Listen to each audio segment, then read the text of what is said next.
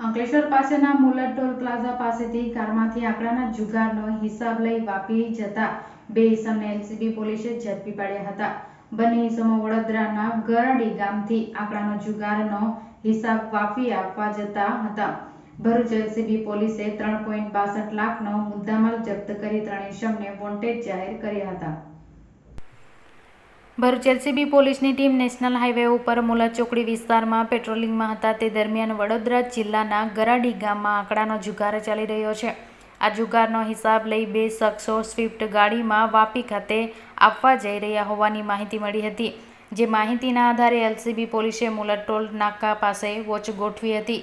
દરમિયાન 19 જુલાઈના રોજ રાત્રે 9 કલાકે સ્વિફ્ટ કાર આવતા તેને રોકી કાર ચાલકની પૂછપરછ કરતા તેઓ સુરતના મકસૂદ અબ્દુલ હમીદ શ્યામવાલા અને ગોપાલ કૃષ્ણ ગુપ્તા હોવાનું જણાવ્યું હતું. પોલીસે કારમાં તલાશી લેતા રોકડા 52,500 મળી આવ્યા હતા અને તેઓના મોબાઈલ ચેક કરતા વોટ્સએપમાં રોજેરોજના આંકડાના જુગારના સાંકેતિક લખાણ સેન્ડ કરેલા જણાઈ આવ્યું હતું. પોલીસે બંનેની સઘન પૂછપરછ કરતા તેઓ વાપીના શાહરૂખ નામના શખ્સ સાથે આંકડાનો જુગાર રમતા હોવાનું અને વડોદરાના પોર ગામના જગદીશ તેમજ ગરાડી ગામ અને તેમના ભાગીદાર જાકીર નામના શખ્સ પાસેથી આંકડાના જુગારમાંથી મળેલા રૂપિયા મેળવી વાપી ખાતે શાહરૂખને આપવા જતા હતા.